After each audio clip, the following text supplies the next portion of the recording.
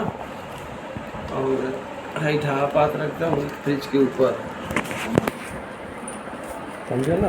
और ये दही भावना हम दूध तो लिए है, जोरन भी लिए है, लेकिन ये दही जौन बा शुद्ध भैंसी का होकर भैया विश्वास करो, भैंसे बदे मुझे बदे हम जमाए हैं बच्चा।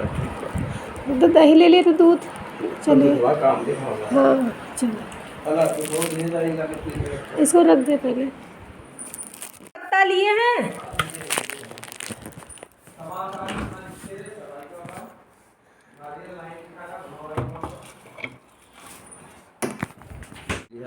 अच्छा ठीक ना वही में महुआ पत्ता वाले में माला फूल बा, सफेद का चढ़ता कि का क्या फूल? हाँ, कौनो माला। कौनो एक सफेद का एक का माला दोनों ले लिए। Hello my to family, welcome my blog भाई द ब्लॉगर में आपका स्वागत है। और आप लोग कैसे हैं? आई होप लोग बिल्कुल अच्छे होंगे। और आज है संडे और संडे का ब्लॉग है ये। हमारे यहाँ संडे को ही ललाई छठ मनाया गया है, बहुत सी जगह सैटरडे को मनाया गया है। 24-25 दो तारीखों में लोगों को बहुत कन्फ्यूज़न था कि कब है। तो देखिए 24 तारीख को जो था ललाई छठ था वो 1 बजे के बाद स्टार्ट हो रहा था, और जो 25 तारीख को था वो 10 बजे सुबह अंदर तक पूजा हो सकती थी। पंडित जी लोगों ने बताया कि 25 तारीख तक होगा। तो देखिए पूजा पाठ हम लोग अधिकतर पंडितों के ही हिसाब से चलते हैं, जो उन्होंने कहा वही माना जाएगा। तो फिर इस तरह से हम लोगों ने संडे को किया, और संडे को ही हमारे यहाँ मायके में भी और ससुराल में दोनों जगह संडे को ही हो रहा था। ये अब देख रहे हैं मेरी छोटी बहन है चाची की बेटी है ये। और यहाँ पर सभी बहुत भीड़ हो गई थी, मैं आपको क्या ही बोलूँ। और यहाँ पे देख रहे हैं मैं बैठी हूँ, मैंने पूजा पाठ करके मैंने कहा थोड़ा सा वीडियो तो शूट कर लिया जाए। और यहाँ पे देखिए इसमें गांठ बांधी जाती है। ये जो है छठ माता का वो चढ़ा जाता है, इसमें 6 गांठ बांधी जाती है, 6 महुआ भी लीला जाता है। इसमें माला चढ़ता है, नारियल जो लोग बहुत लोग चढ़ाते हैं, बहुत से लोग चीनी मिट्टी का कोहड़वारा और मिट्टी का कड़वारा छठ चढ़ता है। तो मैंने मेरे ससुराल में महुआ की पत्ती का 6 चढ़ता है और 6 मिट्टी के कोहड़वारा। तो मेरे हिसाब से देखिए मैं ससुराल के हिसाब से ही काम करूँगी ना, जैसा वहाँ पे हो रहा है। तो अब ये यहाँ पर सभी लोग सिंदूर उंदूर ले रहे हैं। तो फाइनली मैं आ गई हूँ घर में, और यहाँ भी माता रानी को तो 6 कहानियाँ सुन ली है मैंने, पूजा कर ली तो है। अब मैं सबको प्रसाद और साथ दे करके ये मैं है आज का मेरा कुछ लुक। और अब प्रसाद भी मैंने सबको दे दिया है, जिनके यहाँ पूजा नहीं होती है उनको तो खास तौर पे देना चाहिए, सबको दे दिया है।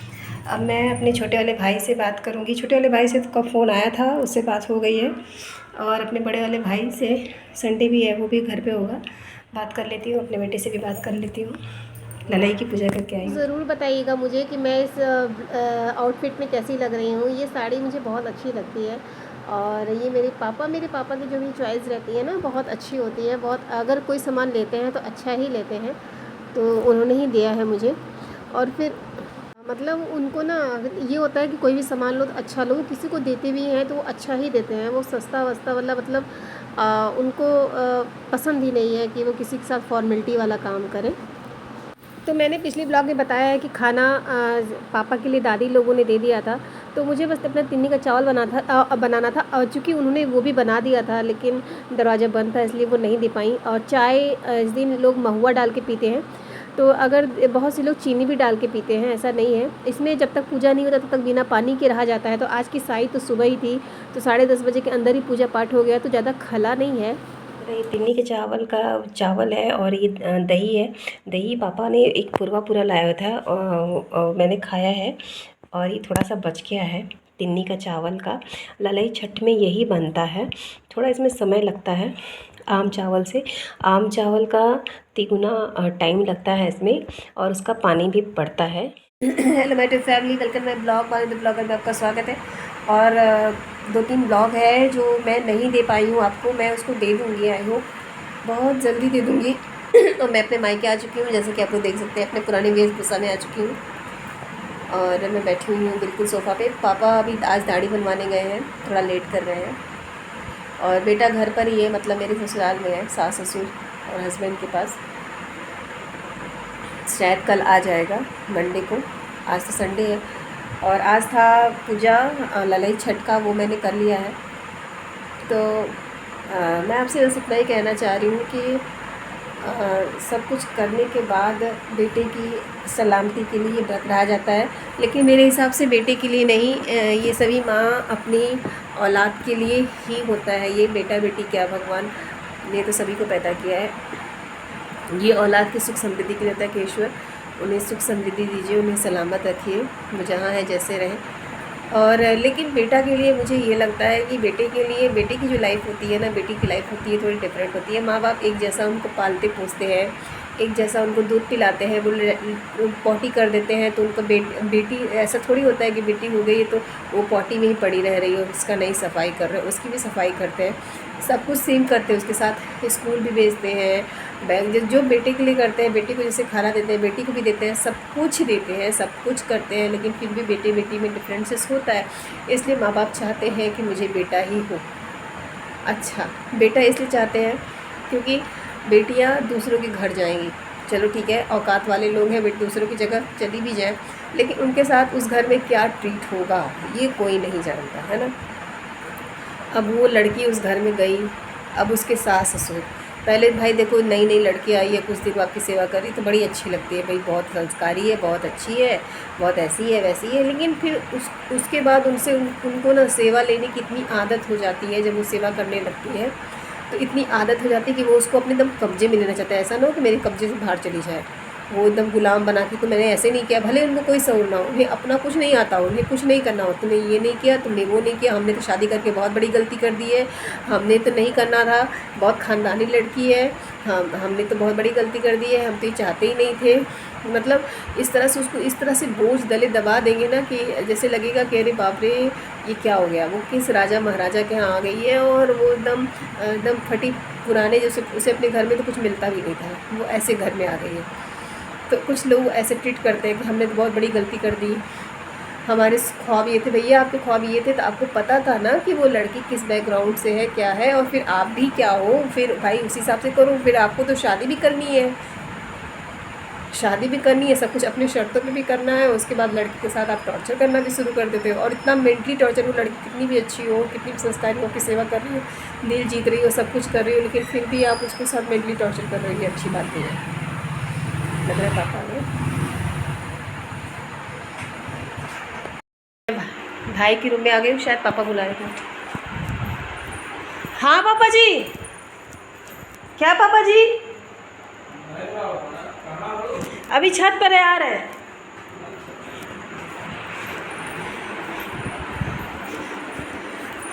तो यही है, तो देखिए, तो इसलिए ये कारण होता है, जैसे कि ये नहीं मिला, वो नहीं मिला, ऐसा नहीं मिला, वैसा नहीं मिला, पता नहीं क्या चाहिए होता है, फिर लड़की तो ये किसी एक, ये मत सोचिएगा कि मैं अपने बारे में बता रही, मैंने बहुत लोगों से सुना है, या कुछ बातें मेरी भी हो सकती हैं, मतलब कि सभी लड़कियों के साथ ऐसा होता है। तो और ये वही लोग हैं जो नहीं चाहते कि लड़की ना हो, क्योंकि फिर आप अपने घर से शुरुआत क्यों नहीं करते हो।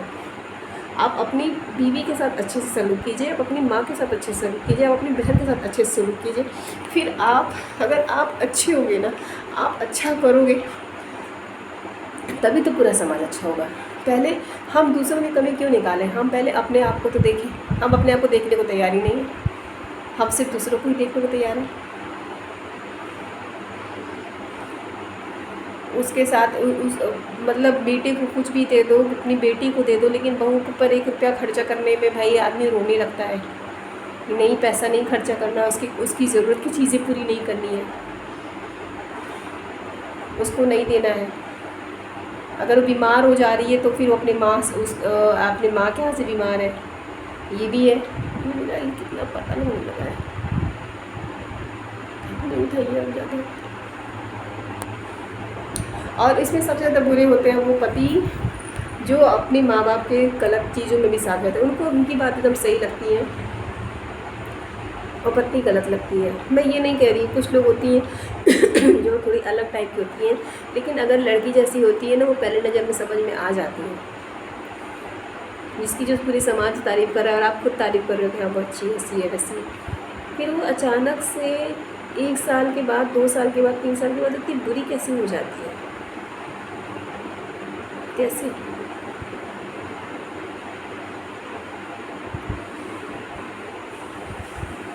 किसी के साथ इतनी नाइंसाफ़ी नहीं करनी चाहिए। तो मेरे हिसाब से यही सब कारण है कि लड़कियां इनसिक्योर हैं, लड़कियां ठीक नहीं है, जैसे भारत में या कहीं भी से रेप हो जा रहा है, तो ये सब लोग क्यों करते हैं? इसी से लड़कियां सेफ हैं? लोग अपने माँ बाप के पास सब कुछ होते हुए भी उन्हें कुछ करा नहीं पा रहे, क्यों? तो लड़कियां सेफ नहीं है ना ऐसे। तो मेरे हिसाब से इसलिए लोग नहीं चाहते हैं कि लड़की हो, वरना सभी जानते हैं कि लड़की ज़्यादा अच्छी होती है, माँ बाप की सेवा करती हैं, सब कुछ करती हैं, लेकिन उसके बाद भी लोग लड़कियां नहीं चाह रहे हैं। समाज बदल गया है, सब कुछ बहुत अच्छा है, सबको सब कुछ मिल जाता है, लेकिन आज भी कुछ लोग ऐसे हैं जो पुरानी सोच के हैं, पुरानी सोच के हैं। वो सिर्फ दबदबा बनाना चाहते हैं, अपने आप को वर्चस्व दिखाना चाहते हैं, अपने आप को दिखाना चाहते हैं हाँ वो कितने ग्रेट हैं।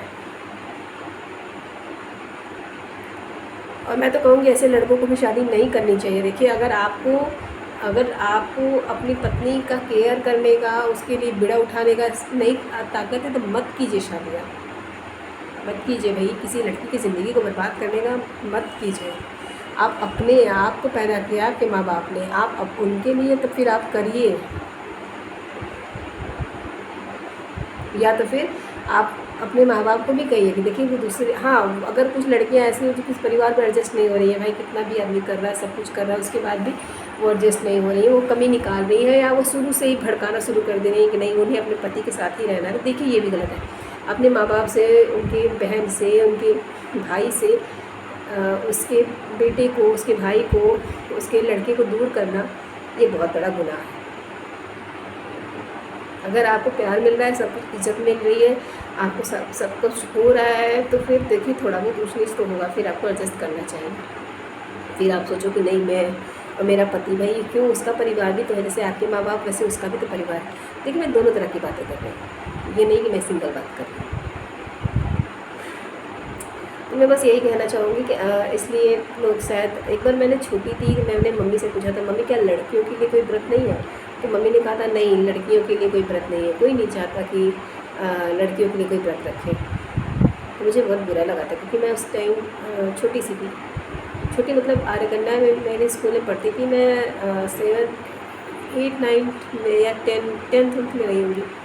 तो मुझे ये बात थोड़ी बुरी लगी थी। तो मुझे समझ में आ रहा है, क्योंकि देखिए आदमी ना, क्योंकि हमारे समाज की ये रेप, ये सब हत्या, ये सब लड़कियों के साथ ही जाती क्यों हो रही है, लड़कों के साथ क्यों नहीं हो रही है? अच्छा, बहू ही क्यों जलती है, कोई सास क्यों नहीं जलती? बहू ही पागल क्यों हो जाती है, कोई सास क्यों नहीं पागल होती? फिर ये होता है कि ऐसा क्यों होता है? बहुत गलत बात है ना। तो चलिए मैं इस ब्लॉग को यहीं पे करती हूँ एंड आई होप आपको ये ब्लॉग अच्छा लगा होगा। दिल से लाइक कीजिएगा, कमेंट कीजिएगा, चैनल को मेरे सब्सक्राइब कीजिएगा। Thank you.